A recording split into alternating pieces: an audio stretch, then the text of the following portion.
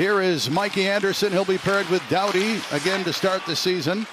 A pass broken up. Kopitar is there to clean it up. For Doughty to Byfield to Kopitar. High slot, feeds it right side. Byfield, shot pass, score! Andrei Kopitar, an early goal, a minute 12 in.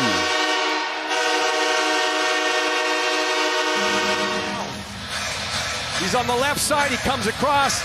He's trying to defend the attack. Look at that, he just goes down. So from that point on, he actually knocked his defense partner too, which prevented that partner, Theodore, from getting around to Kopitar. You see Theodore, he had to spin around. So on a seemingly innocent-looking attack, all of a sudden when one guy goes down, it becomes the bowling ball, everyone falls. Yeah, Eichel recovering from that neck surgery about a year and a half ago. Jack Eichel, a Stanley Cup champion. Dubois in, centers, score!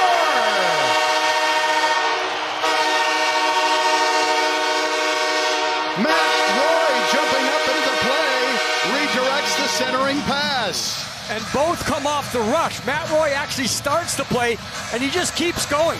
He doesn't stop. The end result is a one-time shot, quick release by Matt. But it's right in front of him all the way, and it's the quickness of the release. You see Hill, I don't think the goaltender expected it happening. Nick Hague, big defenseman, 6'6" for Vegas. To another big frame on the blue line, the veteran Pietrangelo, who gets it down into the Kings' end. Doughty takes a look. His outlet pass, tip, held in, shot, tip, and a score. Barbashev tipped home the shot from between the circles.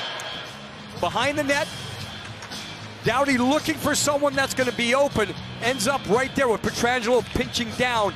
And again, how quickly it goes back towards the net. You see where the tip is?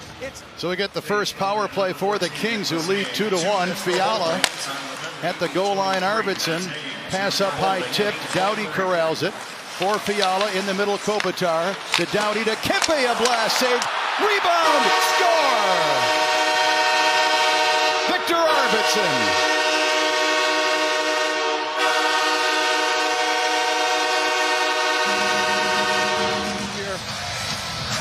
You can see with Kempe's shot, of course, and this is an example that coaches will bring back many times because shot rebound gets it done.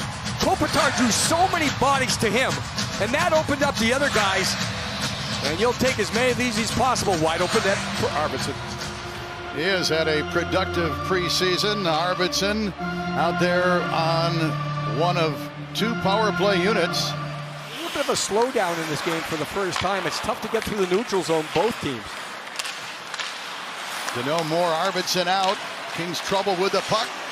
Chance for Vegas in tight. Howden and a save made. Talbot and a whistle.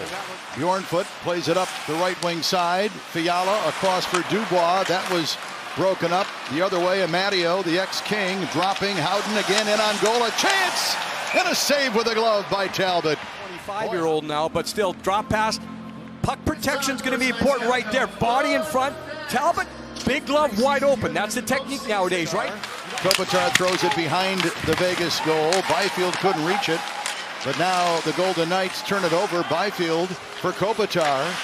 And to Byfield again. Moving in. Shoots. Save is made. Rebound. Hit the post. Byfield with 2 good chances. Hit the post or the crossbar, Jim. That's an example, though, of what you want to see from Byfield. Wow. Stone out for Vegas.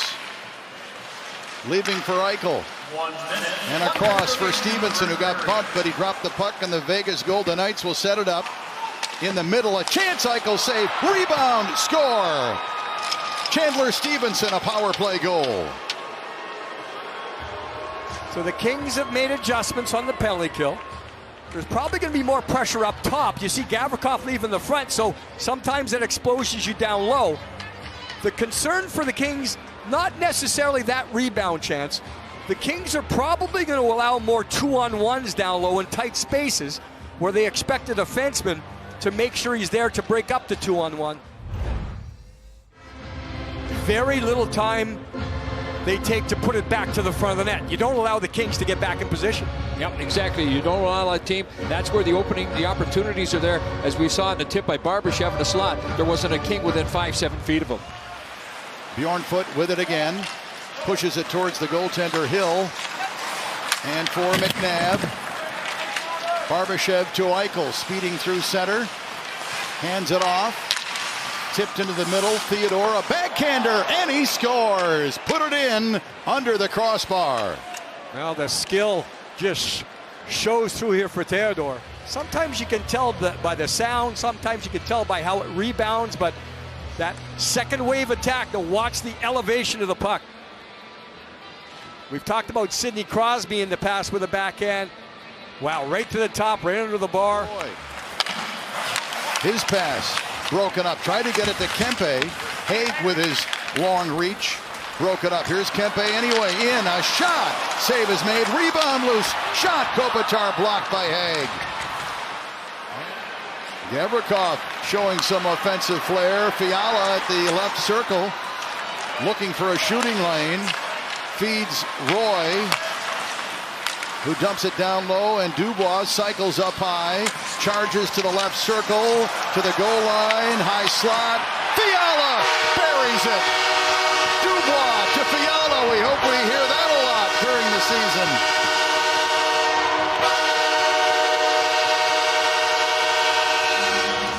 And you'll see to watch him churn the legs. Keeps going, keeps going, keeps going, keeps going, keeps going. Look at the legs, and then, yeah, that's a great read. As Dubois is going behind the net one way, Fiala is mirroring that movement in front of the net the other way. That opens up a lane, quick release. Kings with a 1-goal lead. Yeah, and he throws the puck back out on the short side. That's just a great execution between. Penalty boxes are empty as we start the third period here at Crypto.com Arena. And off the draw, the Golden Knights will send it down. You have to find a way, or you have to find a way. How can you get to top speed more? Because if you're a fast skater and you get to a game and you don't use that speed, coaches, they have to find a way to make you use it. A chance play underway. Save. Waugh on the rebound scores. So the Golden Knights tie it up for the second time this afternoon. Nick Waugh makes it 4-4. But he would want this one because it's a shot that's high. He thinks he has it. Obviously, he doesn't. So the control of the rebound, it's not like he put it into a dangerous area, but he lost completely where the puck actually was. And many times with those big pads on, you can't really feel it. But in that situation, especially where the shot came from, look at that. It's outside the circle. We mentioned the Golden Knights missing Riley Smith from the Stanley Cup team. They do have Barbashev now this year for the whole year. So that makes a little bit of difference there too. Eichel to the net, and he scores! Oh, nice hands, Jack Eichel. And the Golden Knights, midway through the third period, have their first lead of the game.